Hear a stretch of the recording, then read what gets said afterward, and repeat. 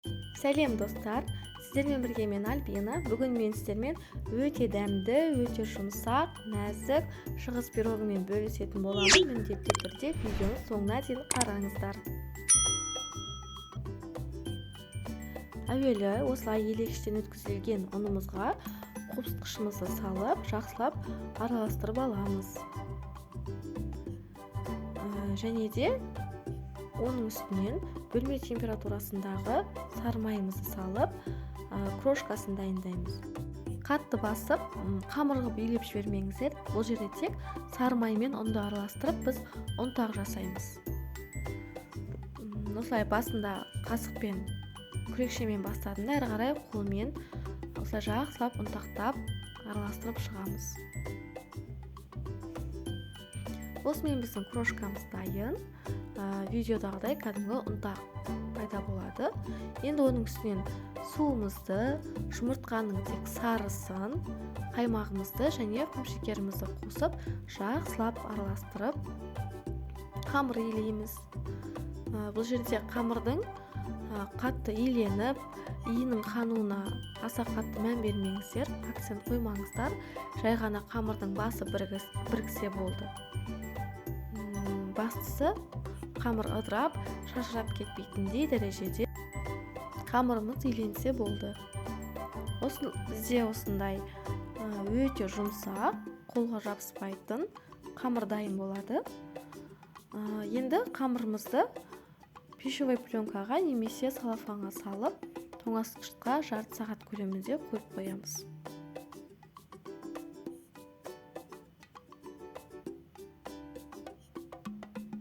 Қамырымыз дайын болғанша арасындағы салмасын дайындаймыз. Мен әуелі осылай барлық керекті заттарды ұсақтап турап алдым.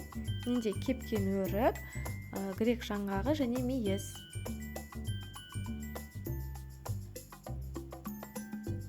Жаңғақты осылай пышақпен кескен тураған ыңғайсыз десеңіздер, оқтаудың көмегімен де ұнтақтап алсаңыздар болады.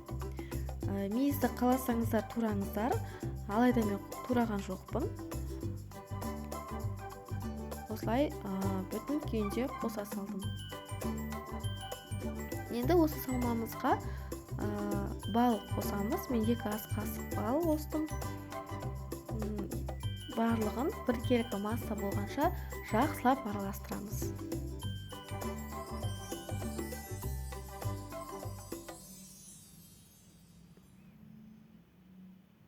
Енді меренгамызды дайындайтын боламыз. Ол үшін 3 жұмыртқаның ақуызына құмшекерімізді қосып, миксермен 5-6 минут көлемінде араластырамыз.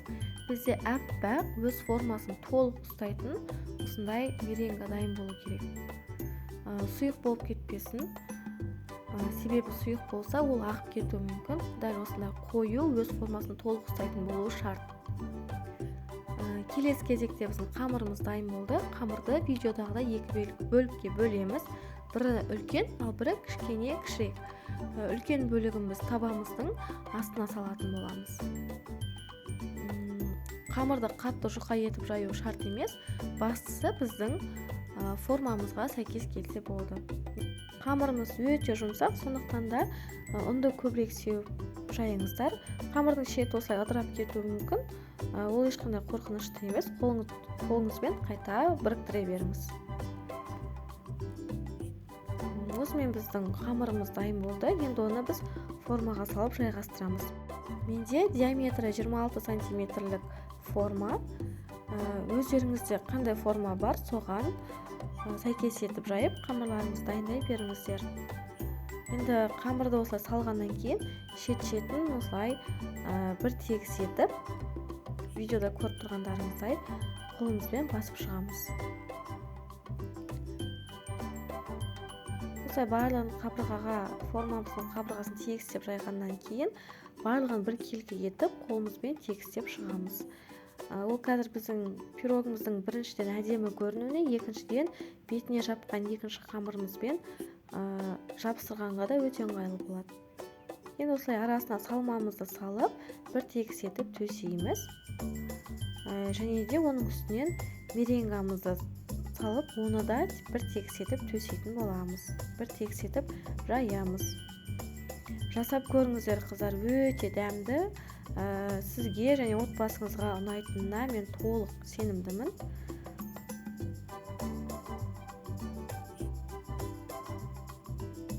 Енді екінші қамырымызды жаямыз. Оны да дәл алдыңғыдай қатты жұқа етпейміз. Бастысы формамен сәйкес келсе болды.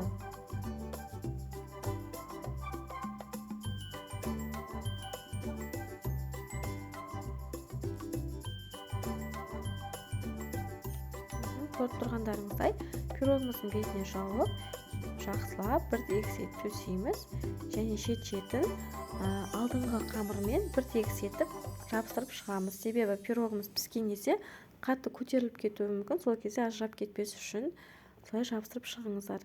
Дайын болған пирогымызды 180 градуста қызып тұрған пешімізде 20-25 минут көлемінде пісіріп аламыз.